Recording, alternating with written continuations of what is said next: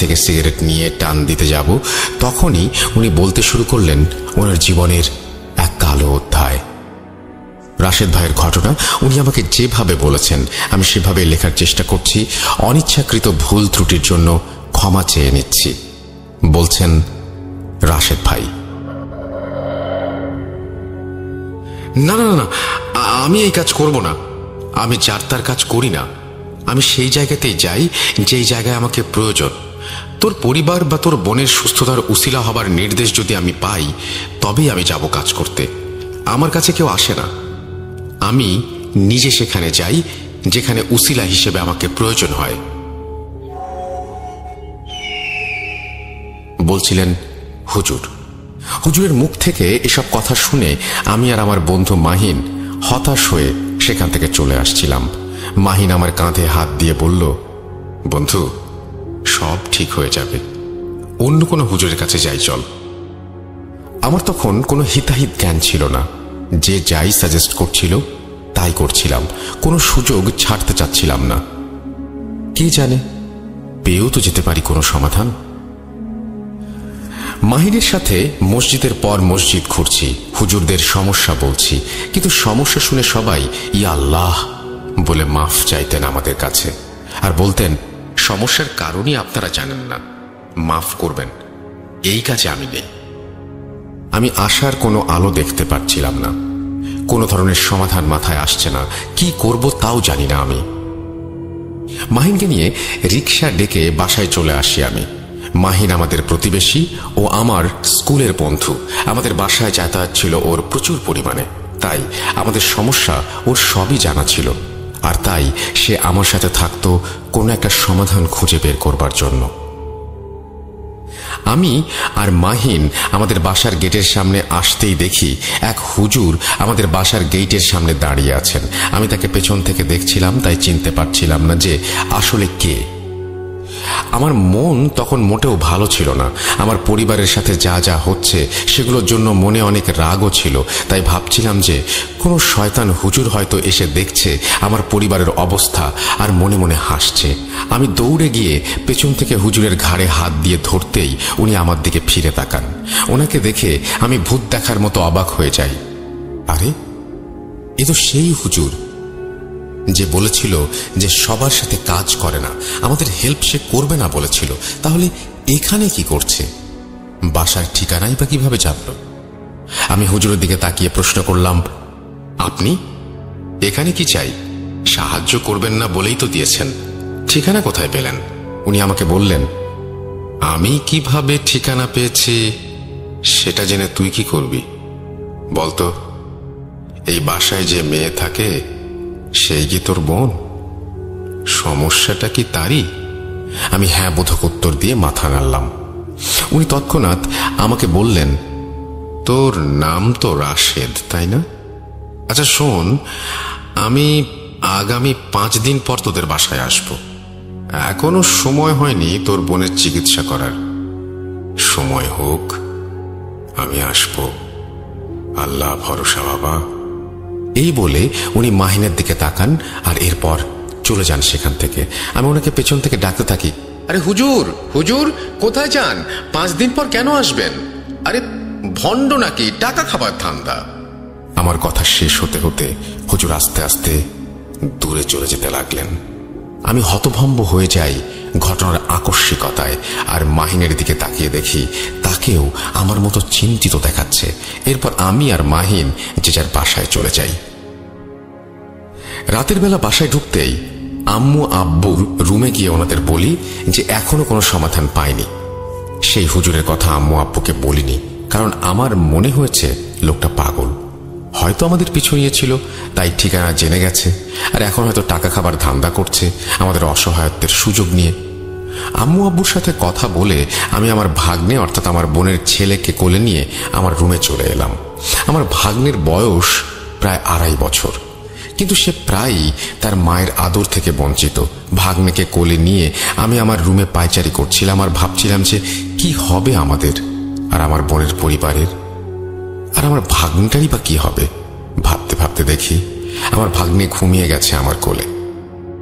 ভাগ্নেকে আমি রুমে দিয়ে এসে আমার বোনের রুমের দরজার সামনে দাঁড়াই। দরজাটা লক করা, কিন্তু কেন? বোনের রুমের দরজার ভেতর থেকে খুব ভারী গলার আবছা আওয়াজ পাচ্ছিলাম। তোর ক্ষমতা আছে আমাকে ধরে রাখার? সময় চলে আসছে, আর কিছুদিন বাকি। এরপর আবার শুনতে পেলাম হালকা গলার আওয়াজ, ইনশাআল্লাহ তোর সব ধোঁকা থেকে মুক্তি দেবেন আল্লাহ। এরপরেই আপুর রুমের থেকে চিৎকারের আওয়াজ শুনি আমি। মনে হচ্ছে কেউ যেন কাউকে এতই মারছে বা টর্চার করছে যে ব্যথায় সে এভাবে কাতরাচ্ছে আর চিৎকার করছে। আমি আপুর রুমের দরজা খুলে আপুর রুমের লাইট জ্বালাতে গিয়ে দেখি আপু বিছানায় ঘুমাচ্ছেন। যদিও এই সমস্যা নতুন নয়, তারপরও আবারও অবাক হয়ে আমি ভাবতে থাকি, শব্দগুলো তাহলে কে করলো এতক্ষণ? আপু তো ঘুমাচ্ছে। ভাবতে ভাবতে আমি আপুর পাশে গিয়ে বসি। ওনার মাথায় হাত বুলিয়ে দিচ্ছিলাম, আর ওনার পাশেই বিছানায় হেলান দিয়ে ঘুমিয়ে গিয়েছিলাম প্রায়।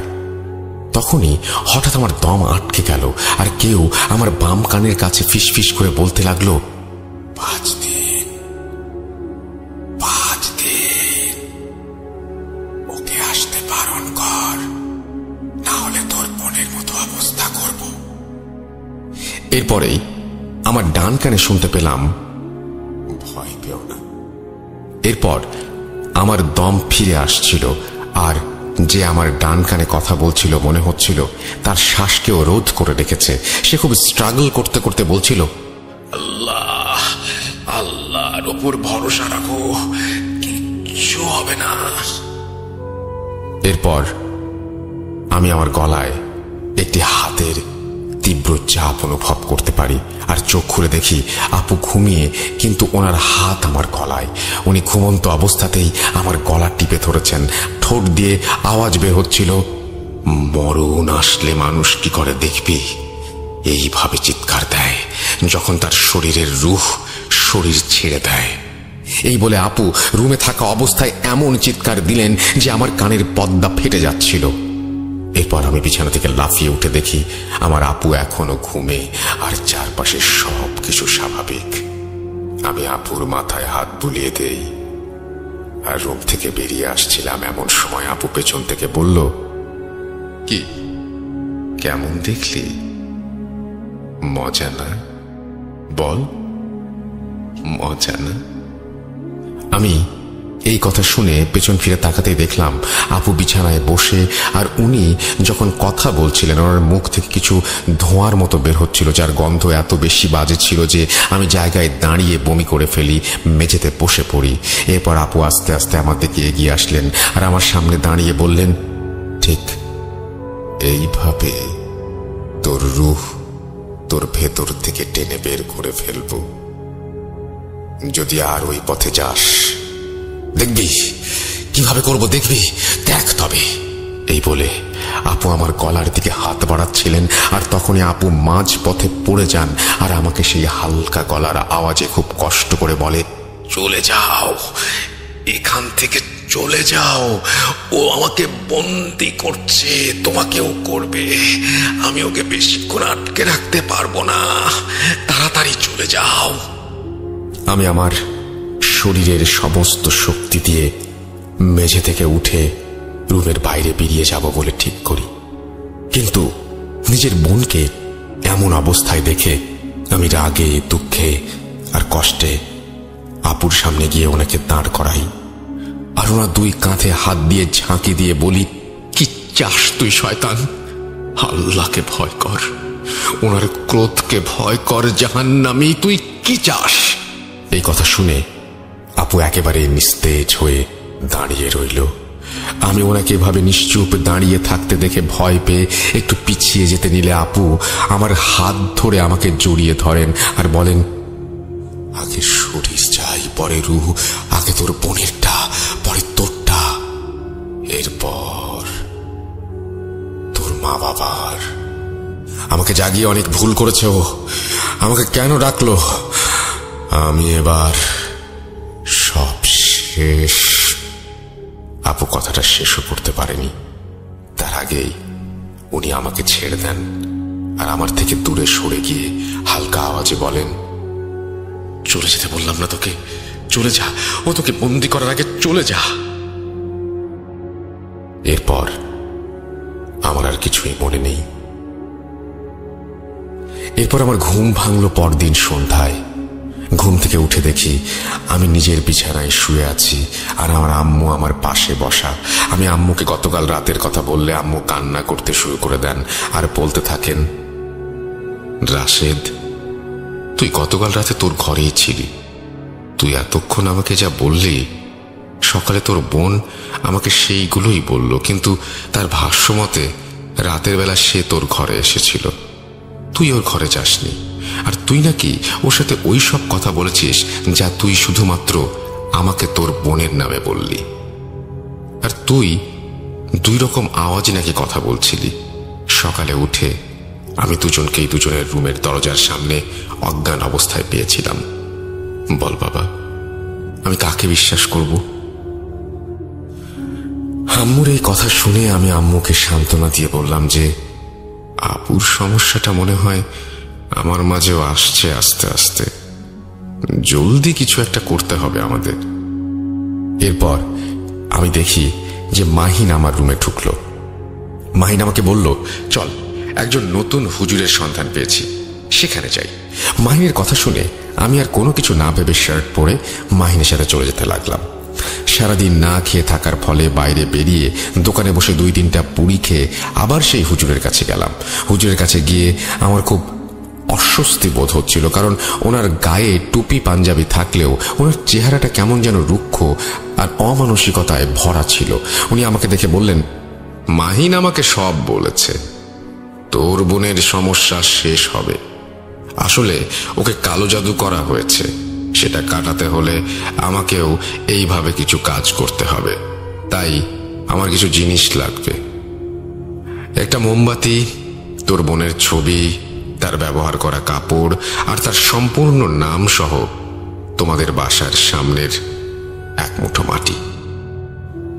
আমি ওনাকে বললাম আমি সব কিছু দিতে রাজি আছি, কিন্তু আমার বোনের ভালো হওয়া চাই। এরপর উনি উদ্ভট একটা হাসি দিয়ে বললেন, কাজ হয়ে যাবে। আমি ওনাকে আগামীকাল সবকিছু দেব বলে আমার বাসার দিকে রওনা দেই। এরপর রিকশায় উঠে এমন সময় কোথা থেকে যেন গতকালের সেই পাগল হুজুর আমার সামনে আসেন। তারপর আমাকে একটা সজোরে চড় দিয়ে বলতে লাগলেন, সর্বনাশ করতে কি উঠে পড়ে লেগেছিলি তুই? তোকে বললাম না 5 দিন পর আসবো, তুই কেন এখানে এলি? আমি চড় খেয়ে কিছুটা স্তব্ধ হয়ে যাই, আর ওনার প্রশ্ন শুনে নিজেকে সামলে ওনাকে জিজ্ঞেস করি যে, আপনি এখানে? আমাকে মারলেন যে? আপনি আমার পিছু করছেন টাকা খাবার জন্য? ওসব হবে না। এরপর উনি আমাকে খুব ঠান্ডা গলায় বললেন, টাকা? তুই ভেবেছিস আমি টাকার জন্য এসব করছি? তুই জানিস আমি কে? আমি একজন ইঞ্জিনিয়ার ছিলাম। মা বাবাকে শয়তানের কাছে হারিয়ে এই দীক্ষা গ্রহণ করে মানুষকে সাহায্য করাই আমার কাজ এখন। টাকা? তুই আমাকে টাকা দিবি? তোর বোনের জীবনের মূল্যে কত টাকা দিবি আমাকে? টাকার কথা বলিস মূর্খ, কত টাকা দিবি তুই? ওনার কথা শুনে আমি কিছুটা ঠান্ডা হই। এর মাঝে মাহিন সেই হুজুরকে গালাগাল করতে থাকে, কারণ হুজুর আমাকে মেরেছিল। এরপর আমি মাহিনকে শান্ত হতে বললাম, আর হুজুর আমাদের বললেন, চল, তোদের নিয়ে সামনে এগুতে এগুতে তোর বোনের ঘটনা শুনবো, আয়। অনেককেই তো বলেছিস, আমাকে একবার বলে দেখ। এই বলে উনি আমাদের নিয়ে হাঁটতে শুরু করেন। আমিও ওনাকে বলতে চাচ্ছিলাম, আসলে হয়তো হালকা হতে চাচ্ছিলাম, বা কোনো সমস্যার সমাধানের আশায়। সে যাই হোক, একটু সামনে যেতেই আমাদের সামনে একটি ভ্যান এলো। ভ্যানওয়ালাকে হুজুর সালাম দিয়ে বললেন, ভাইজান সামনে যাবেন? ভ্যানওয়ালা সালামের উত্তর দিয়ে আমাদের উঠে বসার ইশারা করলো। ভ্যানে উঠে হুজুর আমাকে বললেন, এবার বল, কি হয়েছে তোর বোনের? আমিও হুজুরকে বলতে লাগলাম, আমার বোনের নাম রিমা, আমার থেকে 3 বছরের বড়। আমি যখন ইন্টারমিডিয়েটে, তখন ওর বিয়ের জন্য পাত্র দেখা হচ্ছিল। আমার বোন খুব লক্ষ্মী আর ঘরোয়া টাইপের একজন মেয়ে, দেখতেও বেশ সুন্দর, কিন্তু কিছুতেই কোনো সম্বন্ধ বিয়ে অবধি গড়াচ্ছিল না। এভাবে 10 থেকে 12টা পাত্র দেখা শেষে আমার মা সিদ্ধান্ত নেন যে মসজিদের ইমামের কাছে আপুকে নিয়ে যাবেন দোয়া নিতে। ইমাম সাহেবের কাছে গেলে উনি আমাদের জানান যে আপুর ওপর বিয়ে বাঁধা জাদু করা থাকতে পারে বলে উনি সন্দেহ করছেন। উনি আমাদের কোরআন খতম দিতে বলেন এবং মাদ্রাসায় একবেলা খাওয়ানোর কথা বলেন আর 3টা মুরগি সদকা দিতে বলেন। হুজুরের কথা মতো কাজ করার প্রায় 20 দিনের মাথায় নতুন পাত্র এলো, দেখা হলো। এবার কোনো সমস্যা ছাড়াই বিয়ের কথা পাকাপাকি হয়ে গেল। এরপর আপুর বিয়ে হলো। বিয়ের পর আপুর দিনকাল ভালোই যাচ্ছিল, কিন্তু আমার দুলাভাইয়ের মতে আপু মাঝে মাঝেই আজব সব আচরণ করতেন। কখনো মাঝরাতে দুলাভাই ঘুম থেকে উঠে দেখতেন আপু ওনার দিকে শয়তানি দৃষ্টিতে তাকিয়ে আছেন, আর অন্ধকারে আপুর চোখ বিড়ালের মতো জলজল করছে। আর সে আমার দুলাভাইকে মাঝে মাঝে দিন গোনার মতো বলতো। আপুর কথাগুলো ছিল কিছুটা এমন: আর মাত্র 85 দিন, আমাকে আহ্বান করা হচ্ছে, আমি আসছি, মাত্র 85 দিন। এই বলে নাকি আপু অজ্ঞান হয়ে যেত অথবা পাশ ফিরে শুয়ে ঘুমিয়ে যেত। আমার দুলাভাই ব্যাপারটাকে বেশি একটা আমলে নিতেন না। মডার্ন যুগের ছেলে, তাই পাত্তা দিতেন না এসবে। ভাবতেন যে আপু হয়তো ঘুমের ঘোরে স্বপ্ন দেখছে আর এসব কথা বলছে। মাঝে মাঝে নাকি আপু ঘুম থেকে উঠে ফ্যাল ফ্যাল চোখে কাঁদো কাঁদো হয়ে দুলাভাইয়ের দিকে তাকিয়ে থাকতো আর বলতো, আমি আর বেশি দিন পারবো না, আপনারা দোয়া করেন যেন আল্লাহ রহম করেন। এই বলে নাকি সেও পাশ ফিরে শুয়ে ঘুমিয়ে যেত। ভাইয়া এই কথাগুলো একইভাবে পাত্তা দিতেন না। কিন্তু যত দিন যেতে লাগলো সমস্যা তত বাড়তে লাগলো। একদিন রাতের বেলা আমার দুলাভাইয়ের ফ্যামিলির সবার ঘুম ভাঙলো দুলাভাইয়ের বড় ভাইয়ের ছেলের চিৎকারে। তার চিৎকার শুনে সবাই ঘুম থেকে উঠে তাকে খুঁজতে থাকে, কিন্তু কোথাও খুঁজে পাওয়া যায় না। অনেক খোঁজার পর তাকে বাসায় না পেয়ে এলাকার আশেপাশে খুঁজে আপুর শ্বশুর বাড়ি ফিরলেন। তখন দেখলেন যে ওনার নাতি ডাইনিং এর মাঝে অচেতন হয়ে পড়ে আছে, আর তার মাথার মাঝে বড় করে কালো তিলক আঁকা। এরপর তাকে উঠানো হলো আর তাকে বিছানায় নিয়ে তার জ্ঞান ফেরানো হলো। সবাই তখন ওর কাছে দাঁড়িয়ে ছিল। সে ঘুম থেকে উঠেই আমার আপুকে দেখে জোরে চিৎকার দিয়ে কাঁদতে লাগলো। ওকে শান্ত করে সবাই যখন জিজ্ঞেস করলো যে কেন সে কাঁদছে আর কোথায় বা সে গিয়েছিল, উত্তরে সে গুছিয়ে কিছু বলতে পারেনি, কারণ তার বয়স তখন 10-এর বেশি নয়। খুব ঘুম পেয়েছিল। অগোছালো তার কথাগুলো যদি সাজানো হয় তবে তার মানে দাঁড়ায় যে রাতের বেলা বাথরুমে যাওয়ার দরকার হলে সে বাথরুমে যাবে বলে উঠতে চাচ্ছিল। আর তখনই আমার আপু তার সামনে কোথা থেকে যেন চলে আসে। সে আপুর সাথে বাথরুমে যায়, কিন্তু আপু তাকে বাথরুমে নিয়ে গিয়ে তার হাত বেঁধে ফেলে আর একটি মোমবাতি জ্বালিয়ে পর সেটি আঙুল দিয়ে নিভিয়ে তার আঙুলে লাগা মোমবাতির কালি নাকি তার মাথায় লাগিয়েছিল। আর তাকে নাকি বলেছিল, কোরবানি বৃথা যাবে না, এই বয়সে কোরবানি হবি, তোর ভাগ্য খুব ভালো, আয় যাস না। কোথায় নিয়ে যাচ্ছিস ওকে? চলে আয়, আয় দিয়ে যা বলছি, কতদিন এভাবে পারবি, আয় বলছি। আপুর মুখে সব শুনে নাকি সে চিৎকার দিয়ে বাথরুমেই পড়ে যায়, কিন্তু সেখান থেকে ডাইনিংয়ে কিভাবে গেল তা সে জানে না। এরপর সবাই আমার আপুর দিকে প্রশ্নবোধক চিহ্ন মুখে তাকালে দুলাভাই আমার আপুকে ডিফেন্ড করার জন্য বললেন, আরে বাচ্চা যখন চিৎকার করলো তখন আমি আর রিমা দুজন মিলে একসাথে ঘুম থেকে উঠে ওকে খোঁজা শুরু করলাম না? তোমরাও তো দেখেছ, বাচ্চা হয়তো কোনো স্বপ্ন দেখেছে। দুলাভাইয়ের এই কথা শুনে কেউ কোনো প্রত্যুত্তর দিতে পারেনি। এরপর এক শুক্রবারে আমার দুলাভাই বাসায় ছিলেন। উনি মাগরিবের ওয়াক্তে মাগরিবের নামাজ পড়তে দাঁড়িয়ে গেলেন রুমে, আর বিছানায় আমার আপু ঘুমাচ্ছিলেন। ভাইয়া নামাজ পড়া শুরু করতেই নাকি আপুর ঘুম ভেঙে যায় এবং সে ভাইয়াকে ধাক্কা দিয়ে জায়নামাজ থেকে ফেলে দেয়।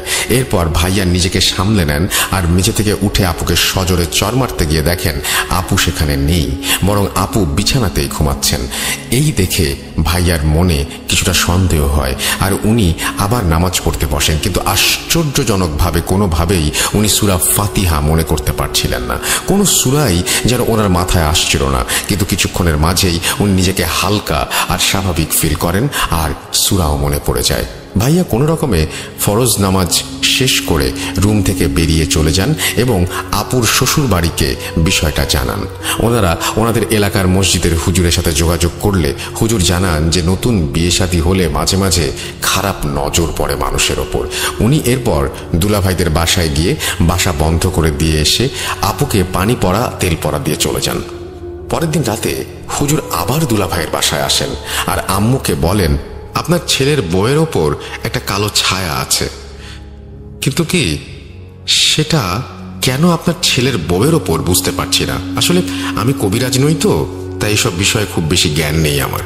তবে আমি কিছু কাজ করে দিচ্ছি, দেখেন যদি সমাধান হয় তবে আল্লাহর মেহেরবানি।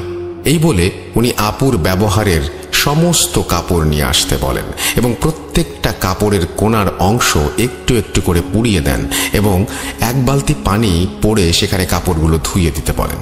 এরপর যাবার সময় হুজুর বাড়ি বন্ধ করে দিয়ে যান। সমস্যার সমাধান হয়ে যায়। আপুর আর কোনো সমস্যা হচ্ছিল না, ভালোভাবেই দিন কাটছিল আপুর। অনেক দিন কেটে যায় মাঝখানে। আমরা এর মাঝে খবর পাই যে আমি মামা হতে যাচ্ছি, অর্থাৎ আমার আপু প্রেগন্যান্ট। এই খুশির খবর শুনে একদিন আমি ভাবলাম আপুর শ্বশুর বাড়ি ঘুরতে যাব। এই ভেবে আমি ব্যাগ গোছানো শুরু করে দিলাম। সেই সময় মাহিন আমাদের বাসায় আসে আর আমি ঘুরতে যাব শুনে সেও আমার সাথে যেতে চায়। আসলে মাহিন আমার বন্ধু কম, ভাই বেশি ছিল, তাই আমি রাজি হয়ে যাই আর মাহিনকে নিয়ে আপুর ওখানে বেড়াতে যাই। আমি আর মাহিন কয়েকদিন আপুর বাসাতেই থেকে যাই। সবকিছু একেবারে ঠিকঠাক ছিল। 6 থেকে 7 দিন আপুর বাসায় থেকে আমি আর মাহিন ফিরে আসি। আসার সময় আপু আমার আর মাহিনের জন্য নতুন জামা কাপড় গিফট করেন আর মাহিনের বোনের জন্য এক সেট কানের দুল গিফট করেন। আমি ফিরে আসার কিছুদিন পর থেকে আপু অসুস্থ হতে লাগলেন। উনি নাকি প্রায় পেটে ব্যথা অনুভব করেন, কিন্তু মুখ দিয়ে 2-3 বার বের করার সাথে সাথে নাকি ব্যথাটা গায়েব হয়ে যেত।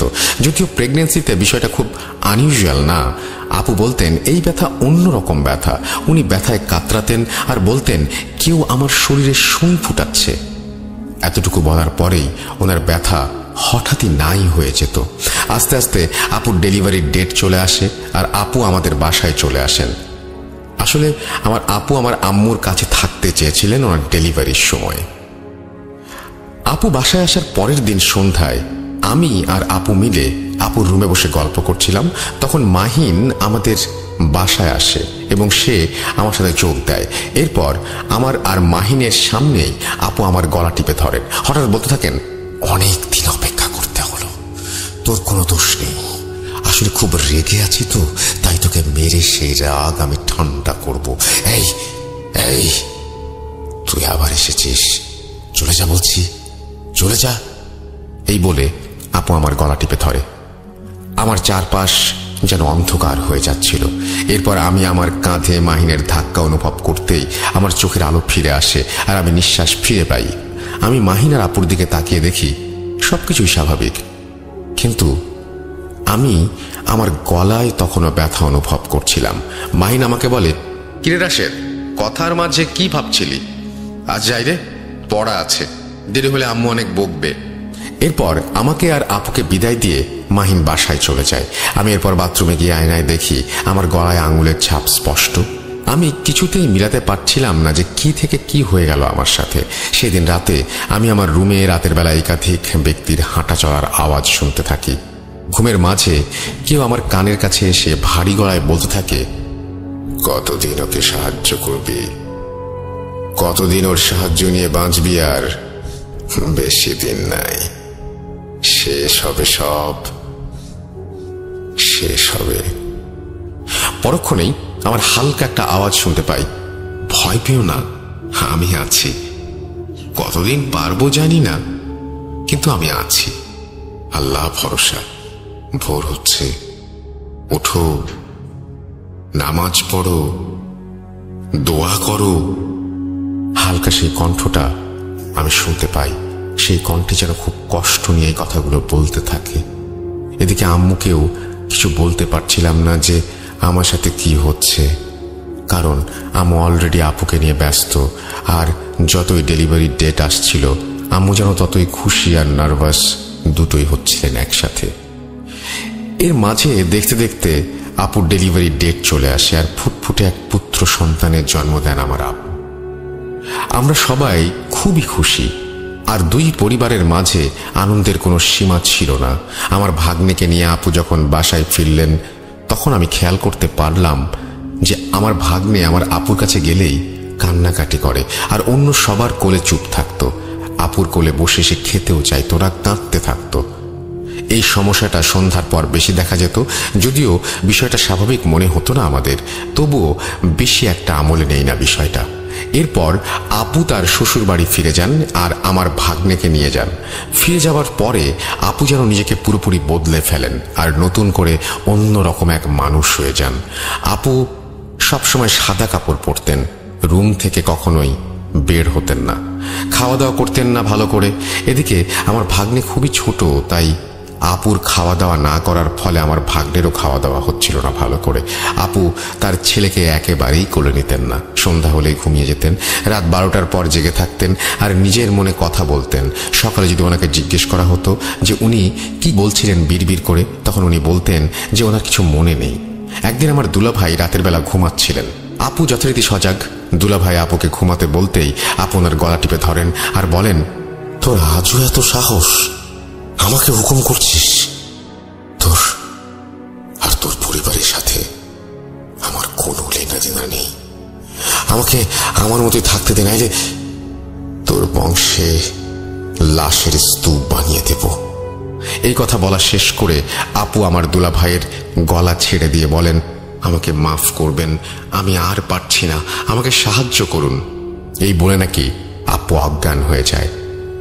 দুলাভাই সেদিন রাতে আপুর শ্বশুর বাড়িতে কথাগুলো জানান, আর আপুকে বর্তমান সমস্যা দেখে ওনারা আবার হুজুরের কাছে যাবার সিদ্ধান্ত নেন।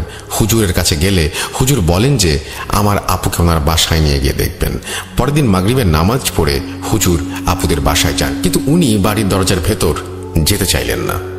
কেন যেতে চাইলেন না জিজ্ঞেস করার পর উনি উত্তর দিলেন, কালো এক ছায়া আপনাদের বাড়িকে ঘিরে রেখেছে, আমি ভেতরে যাব না, আপনাদের বৌমাকে আমার বাসায় নিয়ে আসবেন, আগামীকাল সেখানেই ওকে দেখব। হুজুরের কথাগুলো শুনে আপুর শ্বশুর বাড়ির লোকজন ভীষণভাবে চিন্তিত হয়ে যান। পরের দিন সকালবেলা হুজুর আপুর শ্বশুরকে ফোন দিয়ে বলেন, আমাকে ক্ষমা করবেন, আপনার ছেলের বইয়ের চিকিৎসা আমি করতে পারবো না, আমি কোনো কবিরাজ নই, আপনারা ভালো কাউকে দেখান, আমি মাফ চাই। এই বলে হুজুর ফোন কেটে দেন। বারবার ফোন দেওয়া হলেও উনি আর কোনো ফোন রিসিভ করেননি। আপুর শ্বশুর বাড়ির মসজিদে নামাজের পর হুজুরের সাথে দেখা করতে চাইলেও হুজুর প্রতিবার এড়িয়ে চলতেন আপুর শ্বশুরকে। এদিকে আপুর সমস্যা বাড়তেই থাকে। রাতের বেলা দুলাভাই ঘুমালে আপু দুলাভাইকে অনেক কথা বলতেন, হুমকি দিতেন, আর তখন আপুর মুখ থেকে ধোয়ার মতো বাজে দুর্গন্ধযুক্ত বাতাস বের হতো। এতই বাজে গন্ধ ছিল যে দুলাভাই রুমে থাকতে পারতেন না। আস্তে আস্তে আপুর শরীরে নানান জায়গায় দাগ দেখা দিতে লাগলো। হঠাৎ করে আপু খাওয়া দাওয়া বেড়ে গিয়েছিল। এরপর আপু নাকি 4-5 জনের ভাত তরকারি একাই খেয়ে নিতেন আর বাসায় সবার সাথে দুর্ব্যবহার করতেন। দিন, মাস, বছর পার হচ্ছিল এভাবেই। সমস্যাগুলো যেন বাড়ছিল আস্তে আস্তে, কিন্তু অনেক কবিরাজ ডাক্তার দেখিয়েও কোনো সমাধান পাওয়া যাচ্ছিল না। এদিকে আমার ভাগ্নের বয়স 1 বছরের ওপর হয়ে গিয়েছিল তখন।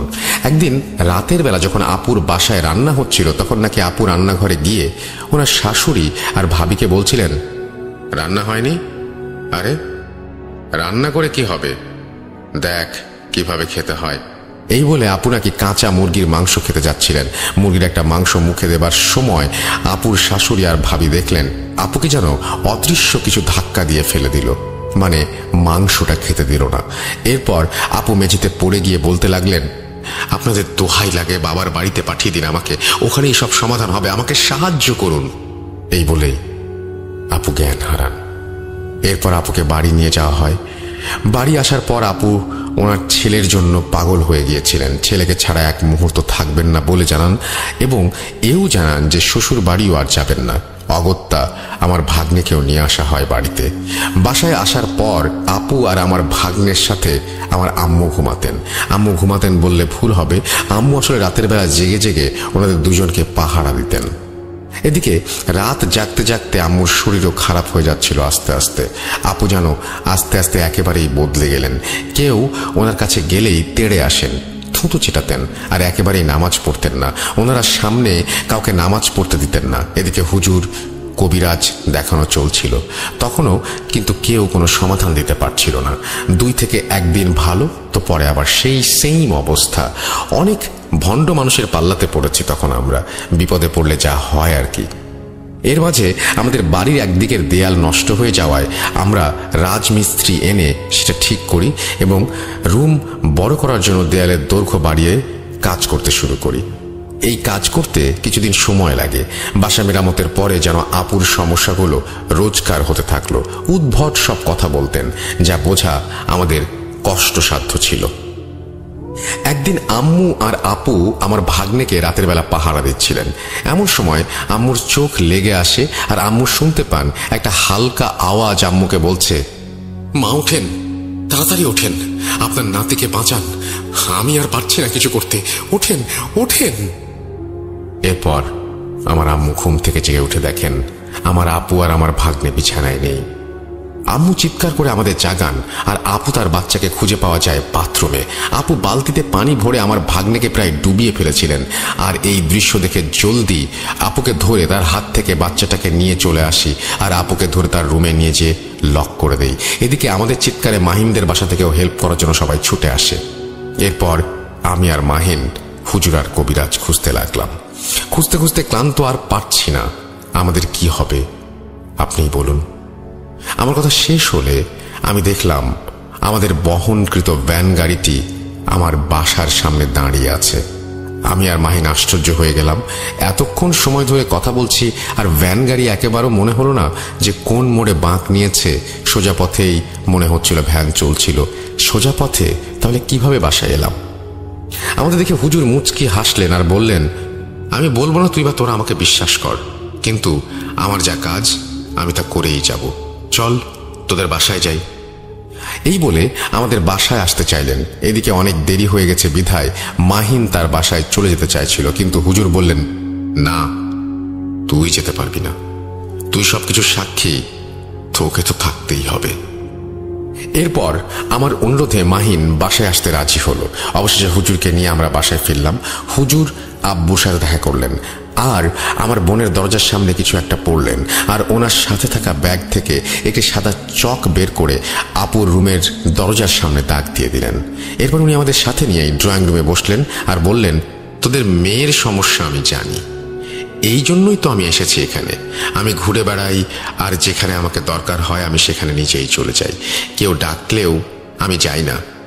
তোদের মেয়ের সমস্যা শুনবি? আমরা সবাই অধীর অপেক্ষা করছিলাম হুজুর কি বলেন সেটা শোনার জন্য। আমরা হুজুরকে হ্যাঁ বোধক ইশারা জানাতেই হুজুর বলতে লাগলেন, 1500 বছরের বেশি বয়স্ক, নিকৃষ্ট, পাপী, অবাধ্য জিনকে আহ্বান করা হয়েছে তোদের মেয়ের জীবন নাশ করতে। তোদের মেয়ে কেন বেঁচে আছে জানিস? তবে শোন, তোদের মেয়ের দাদা উনি ছিলেন খুব ধার্মিক আর পরহেজগার একজন ব্যক্তি। তোরাও আল্লাহর রহমতে নামাজি আর ধার্মিক। তোর মেয়ের দাদা কয়েকটা জিন পালতেন। এর মধ্যে 3 জনকে তোদের মেয়ের দাদা মৃত্যুর আগে তোদের পরিবারকে রক্ষা করার জন্য জিম্মা দিয়ে যান। কিন্তু এই 1500 বছরের শয়তান জিন তাদের মধ্যে 2 জনকে মেরে ফেলেছে আর 1 জন এখনো তোদের মেয়েকে রক্ষা করে আসছে। ওকে মারতে পারেনি কারণ 3 জনের মধ্যে সে সব থেকে শক্তিশালী। মনে আছে রাশেদ তোর, গতকাল রাতে তোর বোন যখন তোকে বলেছিল আমাকে আসতে বারণ করার জন্য, এরপরেই তোকে তোর বোন আবার কি বলেছিল? ভয় পেও না, তাই তো? এই কথা সেই রক্ষাকারী জিনের। তোর মেয়ের জামাইকে রাতের বেলা কাঁদো কাঁদো গলায় সেই বলতো যে আর পারছি না। তোদের মেয়ের গর্ভে তোদের নাতি থাকা অবস্থায় ব্যথার উপক্রম করতো যখন শয়তান, তখন সেই রক্ষক জিনই সেটা সমাধান করত। তোদের মেয়ে জামাইকে নামাজে শয়তানটা ধাক্কা দিলে সেই রক্ষক জিনই ওর মাথায় আবার সূরা মনে করে নামাজ পড়তে সাহায্য করে। কাঁচা মাংস খেতে গেলে তোদের মেয়েকে সেই বাধা দিয়েছিল। তোর মেয়ের জামাইয়ের বড় ভাইয়ের ছেলেকেও এই জিনই রক্ষা করেছিল সেদিন। সে তোর পরিবারকে রক্ষা করে আসছে নানানভাবে। এতটুকু শুনে আমি জিজ্ঞাসা করলাম, হুজুর 1500 বছরের জিনকে আহ্বান করা হয়েছে মানে বুঝলাম না। আমার কথা শুনে হুজুর হাসলেন আর বললেন, এর উত্তর একজনই দিতে পারে, মাহিন। হুজুরের কথা শুনে আমি আর আমার পরিবার এমন শক খেলাম, সেটা বলে আর বোঝাতে পারবো না। আমরা সবাই মাহিনের দিকে তাকাতেই দেখলাম মাহিন প্রচন্ড রাগ নিয়ে হুজুরের দিকে তাকিয়ে আছে আর বলছে, ভেবেছিলাম কোনোদিন কেউ জানবে না, কিন্তু আপনি কোথা থেকে এসে জেনে গেলেন সবকিছু? আমি এবার প্রচন্ড রাগ নিয়ে মাহিনের গালে একটা চর বসিয়ে বলি, সবকিছু খুলে বল মাহিন। এরপর মাহিন বলতে শুরু করলো, রিমাকে আমি কখনো আপন নজরে দেখিনি। ওকে আমি ভালোবাসতাম, কিন্তু আমার ভালোবাসার কোনো মূল্যও দিত না, আর বুঝতেও চাইতো না। কখনো বলতেও পারিনি ওকে। একে তো বন্ধুর বোন, তা আবার বয়সে বড়। ওর বিয়ের কথা উঠলে আমি কি করব ভেবে অনেক কিছু করব বলে ভাবি, কিন্তু আমি ইন্টারমিডিয়েটের এক ছেলে, কি বা করব? শেষমেশ কোনো পথ না পেয়ে আমার মাথায় একটা শয়তানি প্ল্যান আসে। বিভিন্ন জায়গায় অনেক খুঁজে খুঁজে এক তান্ত্রিকের সন্ধান পাই।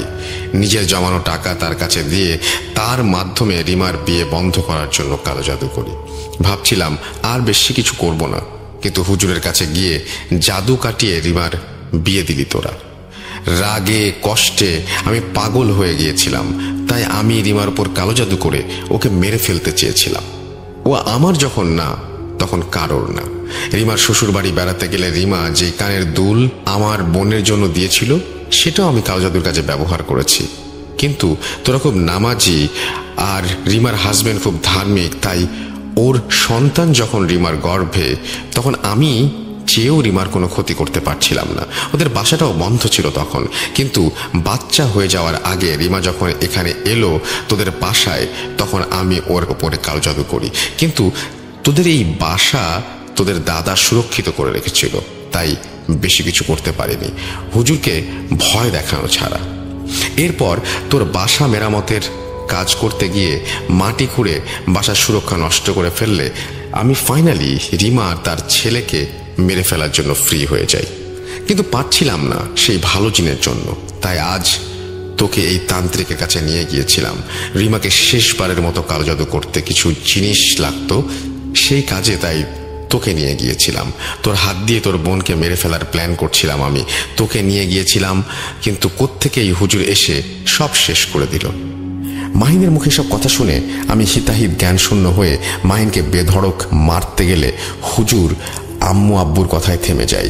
আমি মাহিনকে বলি, কিভাবে পারলি তুই মাহিন? তোকে বন্ধু কম ভাই বেশি ভাবতাম, আপুও তোকে কত আদর করত ছোট ভাই হিসেবে। কিভাবে পারলি তুই মাহিন? এটা কি তুই করলি? এই বলে আমি অঝরে কাঁদতে থাকি। আমার কান্না দেখে মাহিন আমার কাঁধে হাত রেখে কাঁদো কাঁদো হয়ে বলে, বন্ধু, রাগ আর শয়তানের ধোকায় পড়ে আমি ভুল করেছি, আমাকে মাফ করে দে। রিমাকে ভালো করতে যা করতে হয় আমি করব। মাহিনের কথা শুনে হুজুর মাহিনকে জিজ্ঞেস করলেন, কিভাবে এই কালো জাদু করেছে তোমার তান্ত্রিক? মাহিন বলল, শ্মশান থেকে পুরনো একটি লাশের হাড় ব্যবহার করে এই অবাধ্য জিনকে সেটার মধ্যে বাঁধা হয় এবং সেই হাড়ে রিমা আপুর ব্যবহার করা কাপড়ের টুকরো আটকে সেই জিনকে খোরাক হিসেবে আপুর রূহ দেয়া হবে বলে ওয়াদা করে কালো জাদু করা হয়েছে। আর এই জাদু যেন আর না কাটানো যায়, সেজন্য হাড়টাকে একটি মাটির কলসিতে ভরে কলসিটি পানিপূর্ণ করে নদীতে ফেলে দেয়া হয়েছে। মাহিনের কথাগুলো শুনে হুজুর বললেন, মানে না মেরে যাবে না। আচ্ছা, এখনো সময় হয়নি, আমি 4 দিন পর এসে এর সমাধান করার চেষ্টা করব, বাকিটা আল্লাহর ইচ্ছা। এই 4 দিন বাসায় মাদ্রাসার ছাত্র আনাবি তোরা। 1 মিনিটের জন্য যেন কোরআন পড়া বন্ধ না হয়। তোরা নিজেরাও পড়বি, নামাজ পড়বি, জিকির করবি, দোয়া করবি। আমি বাসা বন্ধ করে দিয়ে যাচ্ছি। এই বলে হুজুর বাসা বন্ধ করে চলে গেলেন। এরপর আমাদের বাসায় হুজুরের কথা মতো কোরআন পাঠ শুরু হয় মাদ্রাসার ছাত্রদের নিয়ে এসে। আমার ফরজ নামাজ সহ সকল নামাজ আদায় করি এই 4 দিন। এই 4 দিনে শুরুর দিকে আপুর থেকে চিৎকার শুনতে পেতাম যে কেউ ভেতর থেকে বলছে, বন্ধ কর বলছি, আমি আর পারছি না। এরপর আপু নিজেই আবার বলতেন, আল্লাহর কালামের শব্দ শয়তানের কানে বিষ। তোর দিন শেষ হয়ে আসছে, ইনশাআল্লাহ এবার সব ঠিক হয়ে যাবে। এরপর থেকে আপুর রুম থেকে আর আওয়াজ শুনতে পাইনি আমরা। এই 4 দিন সকাল সন্ধ্যা রাত আপুকে খাইয়ে দিতেন আম্মু। 4 দিন পর সন্ধ্যায় হুজুর আমাদের বাসায় আসলেন। উনি আপুর রুমের সামনে গিয়ে সেদিনের দেয়া চকের দাগের একটা কোনায় কেটে ঢুকে পড়লেন। হুজুরকে দেখে আপু হুজুরকে খুব সুন্দর করে সালাম দিল। হুজুর আপুর সালামের উত্তর নিয়ে বললেন, আল্লাহ তোর ওপর আরো রহমত দান করুন। নাম কি তোর? তুই কি এই পরিবার রক্ষা করছিস? আল্লাহ এর ইনাম দেবে তোর জন্য, অপেক্ষা করবে ইনশাল্লাহ। এখন থেকে তুই সাহায্য করবি এবং মেয়েটাকে সুস্থ করতে। কি করবি তো? হুজুরের কথা শুনে আপু বললেন, ইনশাল্লাহ হুজুর, আমার নাম হামজা। এরপর হুজুর একটা কাগজ নিয়ে অনেক কিছু লিখলেন, আর লেখা শেষ হলে সেটা একটা গ্লাসের পানিতে ডুবিয়ে দিলেন। এরপর দোয়া পড়ে পানিতে ফু দিয়ে কাগজটা বের করে আমাদের হাতে দিয়ে বললেন, এই কাগজ এমন জায়গায় পুঁতে দিয়ে আসতে হবে যেখানে সন্ধ্যার পরেও অন্ধকার থাকে না। কোনো না কোনো কোল থেকে আলো সেই জায়গায় গিয়ে পড়ে, সেখানে পুঁতে দে। কিন্তু কোথায় পুঁতে দিলি সেটা কাউকে বলবি না, কাউকে না, আমাকেও না। হুজুরের কথা শুনে আমার আব্বু কাগজটা পুঁতে দিতে চলে গেলেন। আমার আব্বু রুম থেকে বের হতেই আমার আপু নড়ে চড়ে বসলেন আর হুজুরকে বলতে লাগলেন, তোরা কত ভীতু আর কত অসহায়, কতজন মিলে আমাদের বিরুদ্ধে লড়ছিস। দেখ কত ক্ষমতা যে এতজন মিলেও আমাকে হারাতে পারছিস না।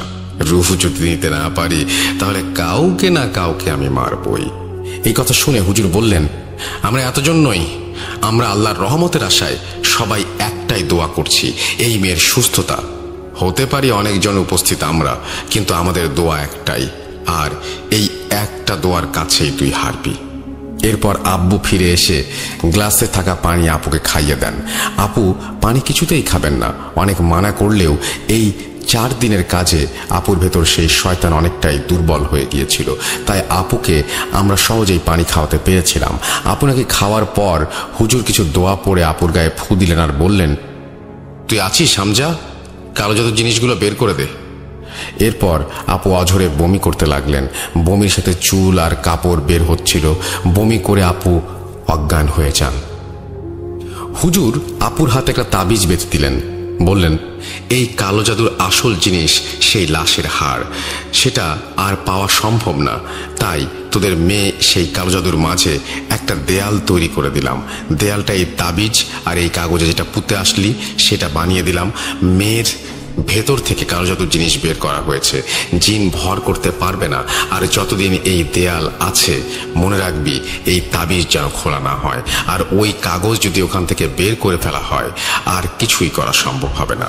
যা, আল্লাহর দয়ায় এখন থেকে তোদের মেয়ে সুস্থ, আর তোরা চাইলে হামজা তোদের সাথে থাকবে, নইলে ওকে আমি নিয়ে যাব। আমরা হুজুরকে বলি, যেহেতু দাদু আমাদের পরিবারকে রক্ষা করার জন্য জিন দেখে গেছেন, তাহলে হয়তো এর কোনো কারণ আছে। তাই আমরা হামজাকে আমাদের রক্ষক হিসেবে থাকতে বলি, কিন্তু তার অস্তিত্ব যেন আমরা না বুঝি সেই শর্তও তাকে দেই। এরপর আমরা হুজুরকে জিজ্ঞাসা করি মাহিনকে নিয়ে কি করা উচিত। হুজুর আমাদের বললেন, দেখ, বান্দা তার ভুল বুঝতে পারলে আল্লাহও তাকে ক্ষমা করে দেন। ওর পাপের শাস্তি আল্লাহ ওকে দেবেন। তোরা চাইলে ওকে মাফ করে দে, ভুল করেছে ও। এই বলে হুজুর আমাদের বাসা থেকে চলে যান। এর একটু পর আপুর জ্ঞান ফিরে আসে এবং আপুকে আমরা সবকিছু জানাই। মাহিনের করা এই কাজ আপু বিলিভ করতেই পারছিলেন না। এরপর থেকে মাহিনের সাথে আমার সম্পর্ক একেবারে শেষ হয়ে যায়। আমি আর